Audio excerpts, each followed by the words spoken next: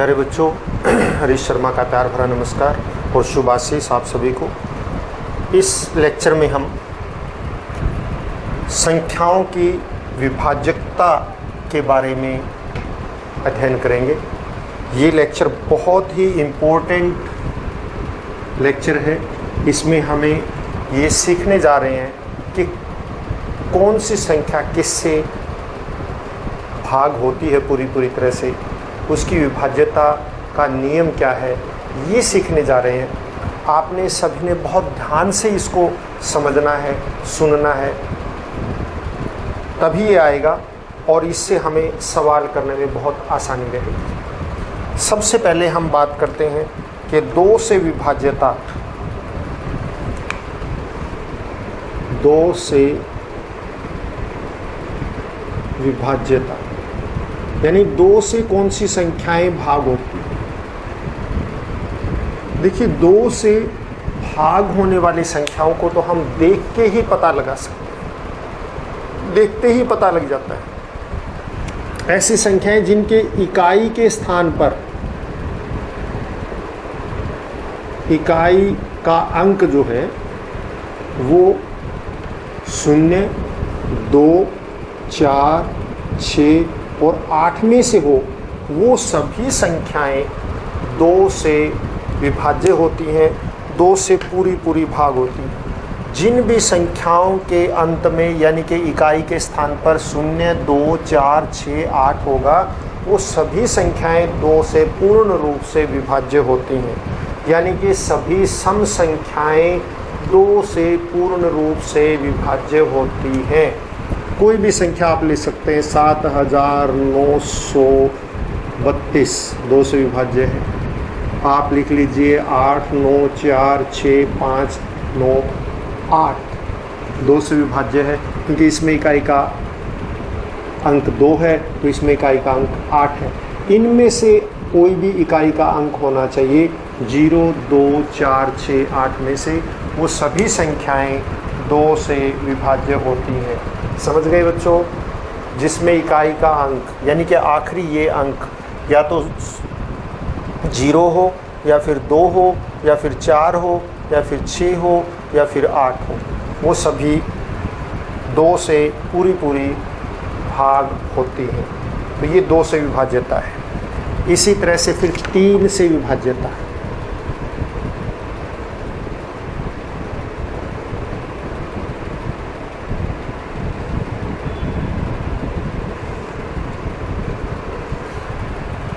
तीन से विभाज्यता, 2 का तो बड़ा आसान है। 3 से विभाज्यता ये है बच्चों कि अगर कोई भी संख्या है और उस संख्या के अंकों को हम योग करें और वो यदि 3 से भाग होता है वो योग, तो इसका मतलब वो संख्या भी 3 से भाग होती है। क्या चीज़ है? संख्या के अंकों का योग।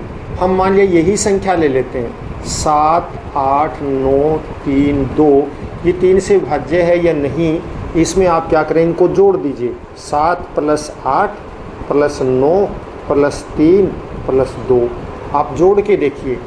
7 और 8 9 17, 17 और 9 26 और 3 29 और 2 31। आप देखिए 3 और 2 5 और 9 14, 14 और 8 22, 22 और 7 देखिए 3, 2, 5, 5 और 9 14, 14 और 8 22, 22 और 7 29। तो ये 7 + 8 + 9 + 3 + 2, 7 और 8 15 और 9 24 और 3 27 और 2 29। क्या 29 3 से भाग होता है? नहीं होता, तो ये 3 से भाग नहीं होती। ठीक है ना? अब मान लीजिए यही संख्या हम ले लें इस तरह से 7, 8, 9, 3, 0 या 3 3 कर दो। अब आप देखिए इसके अंकों का योग करो। 7 + 8 + 9 + 3 + 3, 7 और 8 15 और 9 24 और 3 27 और 3 30। अब 30 जो है 3 से भाग होता है, तो ये संख्या भी 3 से भाग होती है। तो इस तरह से जिस संख्या को हम लें उस संख्या के अंकों का योग यदि 3 से भाग होता है तो वह संख्या भी 3 से भाग होती है। 2 की विभाज्यता तो हमें सीधा है कि इकाई के स्थान पर इनमें से होना चाहिए, और 3 की विभाज्यता क्या है कि उस संख्या के अंकों का योग कर दो, और योग करने पर जो योग आता है वो अगर 3 से भाग होता है तो वो संख्या भी 3 से भाग होती है। जैसे आप देखिए इसके अंकों का योग 30 है, 3 से भाग होता है तो ये संख्या भी 3 से पूरी भाग होती है। लेकिन इस संख्या के अंकों का योग क्या है, 29 है, और ये 3 से भाग नहीं होता, इसलिए ये संख्या भी 3 से भाग नहीं होती। इसके बाद है 4 से विभाज्यता। 4 से वो विभाज्य होती हैं कि जिसके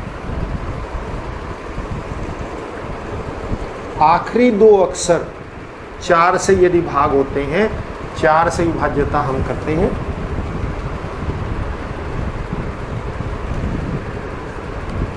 चार से विभाज्यता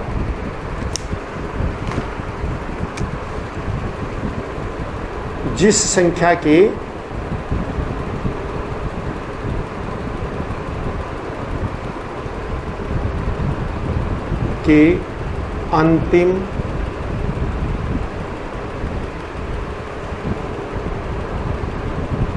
अंतिम 2 संख्याएं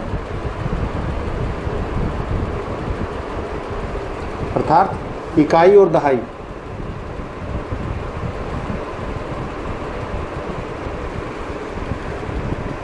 दहाई के स्थान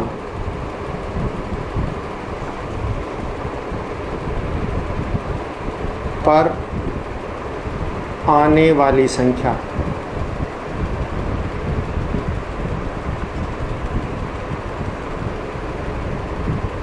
चार से भाग होती हो।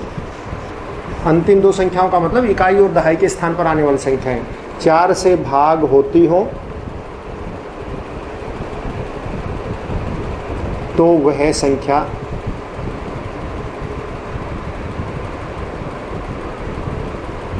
चार से विभाज्य होती है।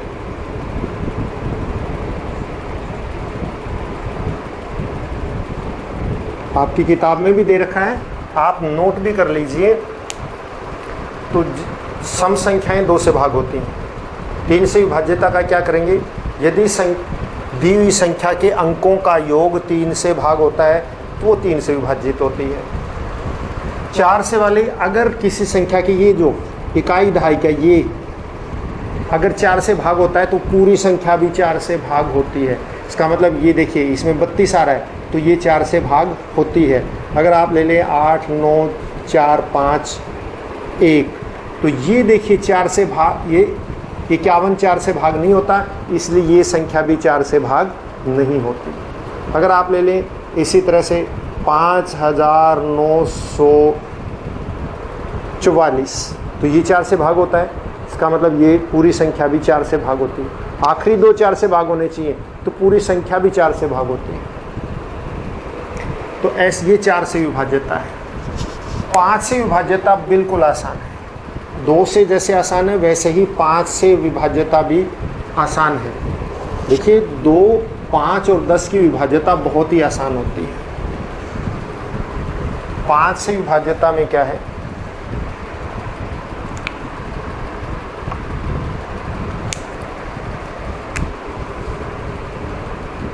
यदि संख्या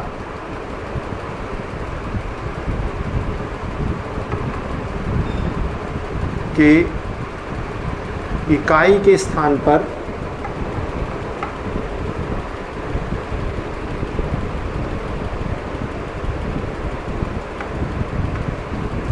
शून्य और 5 हों, यानी कि 0 या 5, वह संख्या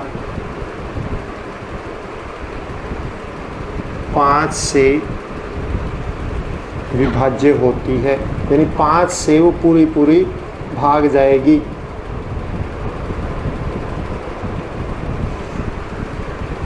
यानी कि जैसे ले लें 7890, 7895, इसमें 0 और इसमें 5 है, ये दोनों 5 से भाग होंगी।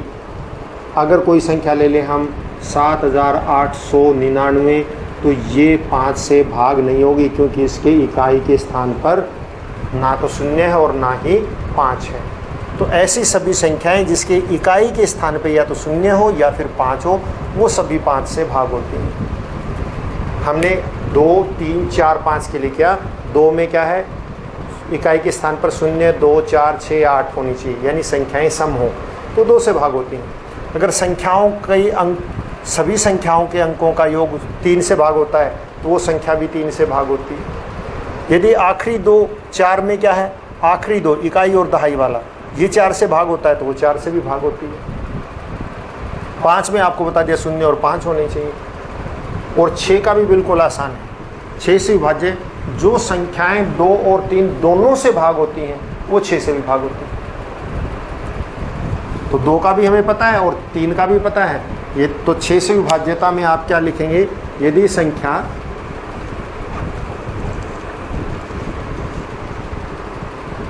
जो संख्या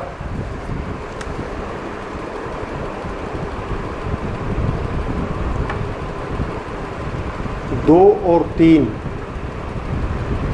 दोनों से भाग होती हैं,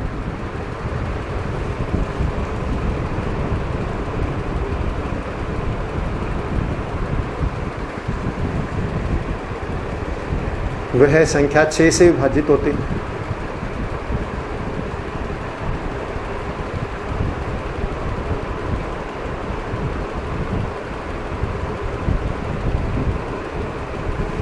तो आप सीधी बात ये होगी कि 2 से भाग भी होनी चाहिए और 3 से भी होनी चाहिए। 2 से भाग वाली तो सम रहेंगी, तो इसका मतलब 6 से भाग होने वाली सारी संख्याएं क्या होंगी, सम होंगी, और उसके अंकों का योग 3 से भाग होगा। मतलब 6 से वो संख्याएं भाग होंगी। कहने का मतलब ये है, मैं दूसरे शब्दों में लिख देता हूं, अर्थात इसका मतलब क्या है,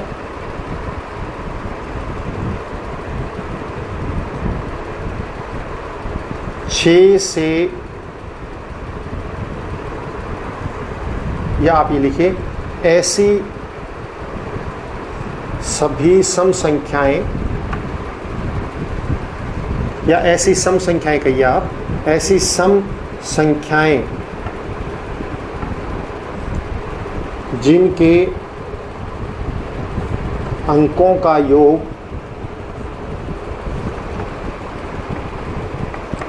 3 से भाग होता है,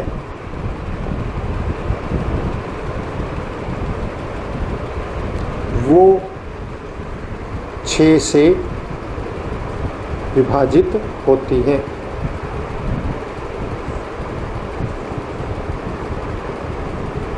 क्योंकि 2 और 3 से है तो 2 वाली तो सभी सम होंगी और उनके अंकों का योग क्या होना चाहिए, उसके अंकों का योग आपको पता है 3 से भाग होना चाहिए, तभी तो वो 6 से भाग होंगी। तो 6 के लिए यही शर्त है। अब हम मान लिया कि कोई संख्या ले लेते हैं 2872। अब आप देखिए ये सम तो है, एक कंडीशन तो पूरी होगी। अब इस अंकों का योग देखो, 2 + 8 + 7 + 2, 10, 7, 17 और 2, 19। तो ये 3 से भाग नहीं होता है, इसलिए ये संख्या 6 से भाग नहीं होगी। समझ रहे ना आप बात। अब आप ले लीजिए 2874 लेके देखो, तो 2874 2 सम संख्या है, एक शर्त तो पूरी होगी। 2 + 8 + 7 + 4, देखो 8, 2 और 8 10, 10 और 7 17 और 4 21, ये 3 से भी भाग हो रही है। इसका मतलब ये संख्या 2 से भी भाग हो रही है और 3 से भी, तो ये 6 से भाग होगी। ये शर्त है कि वो सम भी होनी चाहिए और उसके अंकों का योग 3 से भाग होना चाहिए, तो वो संख्या 6 से भाग होगी। सम संख्या है लेकिन अंकों का योग 3 से भाग नहीं हो रहा है, इसका मतलब ये 6 से भाग नहीं होगी।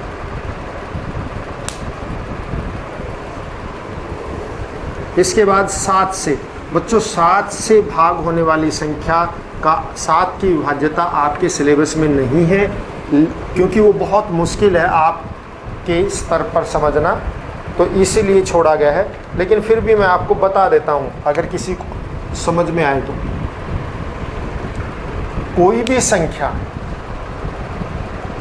जिसके आखिरी अंक का 2 गुना और बाकी अंकों के 2 गुणे में से घटाने पर यदि 7 से भाग होता है तो वो संख्या 7 से भाग होगी। अब देखिए, इसीलिए आपके इस तरफ से बड़ा है, मान लिया 5897, आप इसका 2 गुना कीजिए और इसका 2 गुना कीजिए और उनको आपस में घटाइए। अगर वो 7 से भाग होता है तो संख्या 7 से भाग होगी, नहीं तो नहीं होगी। खैर, ये आपके सिलेबस में नहीं है, इसको छोड़ दीजिए। इसके बाद आपके सिलेबस के लिए 8 से भाग होने वाली संख्याएं, तो 8 से विभाज्यता। देखिए, 4 से विभाज्यता क्या है कि उसके इकाई और दहाई यानी आखिरी के 2 अंक यदि 4 से भाग होंगे तो वो संख्या 4 से भाग होगी। यही है। 8 से भी बिल्कुल इसी तरह का है। यदि संख्या के अंतिम 3 यानी 3 अंकों की संख्या के लिए है, 2 का तो वैसे ही पता लग जाता है, 3 अंकों के लिए यदि संख्या के अंतिम 3 अंक इकाई, दहाई और सैकड़ा पर जो है वो अगर 8 से विभाजित होते हैं तो संख्या 8 से विभाजित होगी। जैसे यानी कि वह संख्या 8 से विभाजित होगी जिसमें अंतिम 3 अंक अथवा इकाई, दहाई और सैकड़ा, वह संख्या जिसके अंतिम 3 अंक, कहने का मतलब इकाई, दहाई और सैकड़ा के स्थान पर आने वाले 8 से विभाजित होते हैं,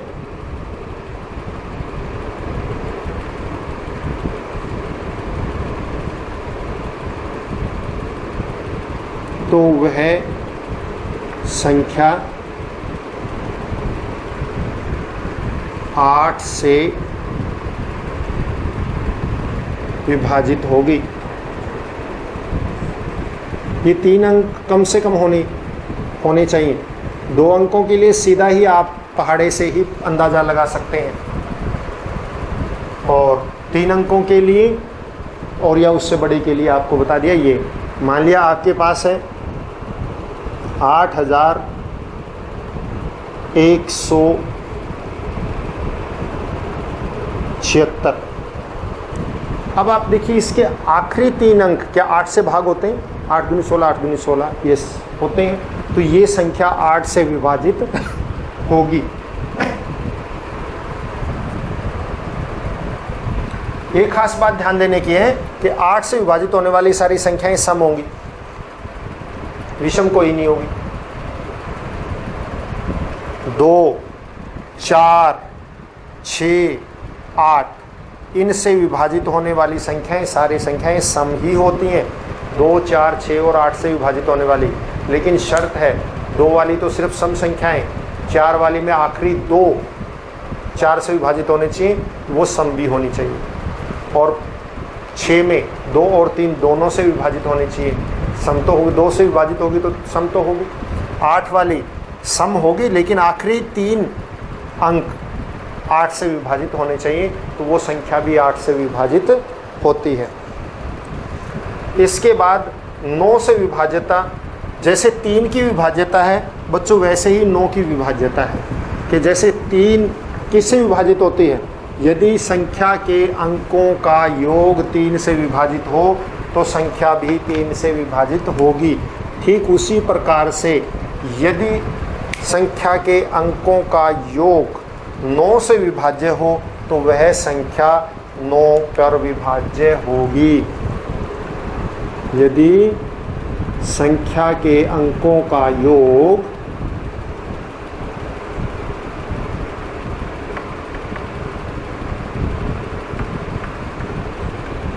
9 से विभाज्य हो तो वह संख्या 9 से विभाज्य होगी। संख्या सम और विषम कोई भी हो सकती है। जैसे हम एक उदाहरण ले लें, 8217 जोड़ो इसको, 8 + 2 + 1 + 7, 8 2 10 और 11 और 7 18, ये 9 पर विभाज्य है, इसलिए ये संख्या भी 9 पर विभाज्य है।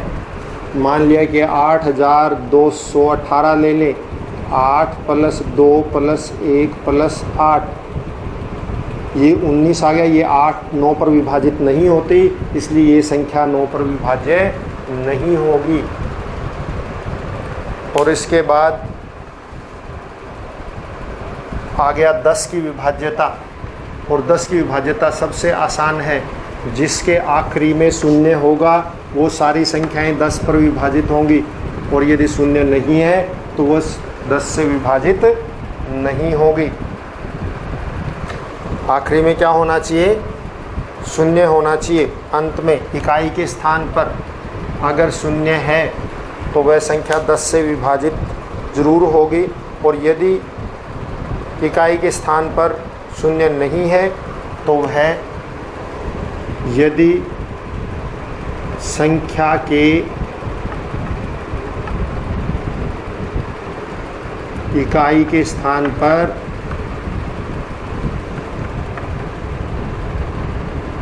शून्य हो तो वह संख्या 10 से विभाज्य होगी।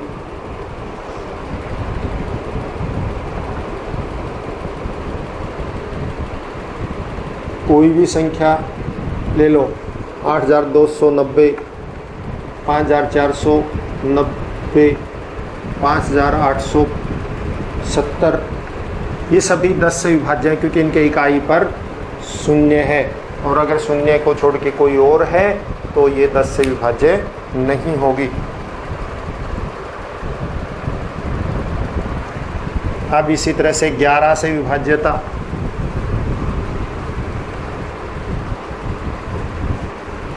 11 तक ही है आपके सिलेबस में विभाज्यता के।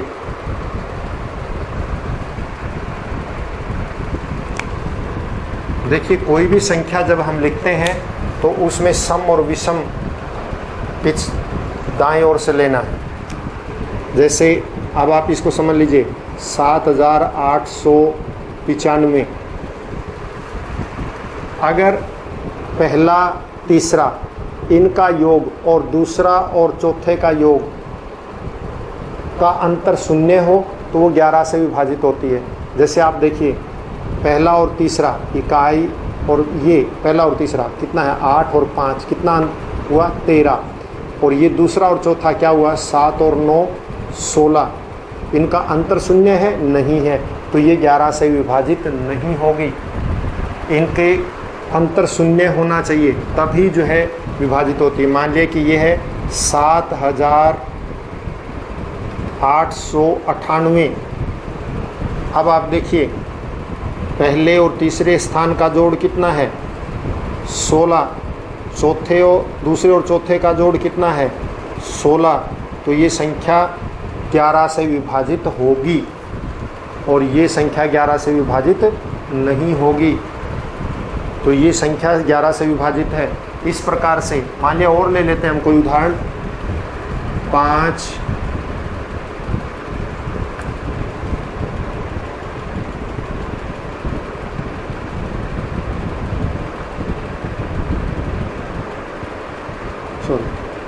6।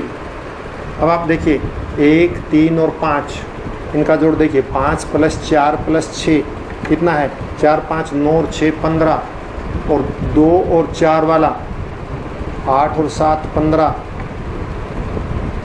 ये आपस में शून्य हो गया, तो ये 11 से विभाजित है। इस तरह से 1 3 5 7, इधर से गिनना शुरू करना है दाएं हाथ से, 1 3 5 7 9 और का योग, इसी तरह 2 4 6 8 10 का योग। अगर उनका योग आपस बराबर हो जाता है, यानी उनका अंतर शून्य हो जाता है, तो वो 11 से विभाजित होती है, नहीं तो 11 से विभाजित नहीं होगी। बच्चों आपने ये अच्छी तरह से इस चीज़ को समझना है, और फिर हम 3.3 एक्सरसाइज करेंगे, क्योंकि बिना इसके समझे उस एक्सरसाइज का कोई उपयोग नहीं है, वो सिर्फ रट्टे लग जाएंगे। तो आप पहले अच्छी तरह से इनको याद कीजिए, समझिए, घर पे रहिए, स्वस्थ रहें, खुश रहें और बड़ों का सम्मान करें।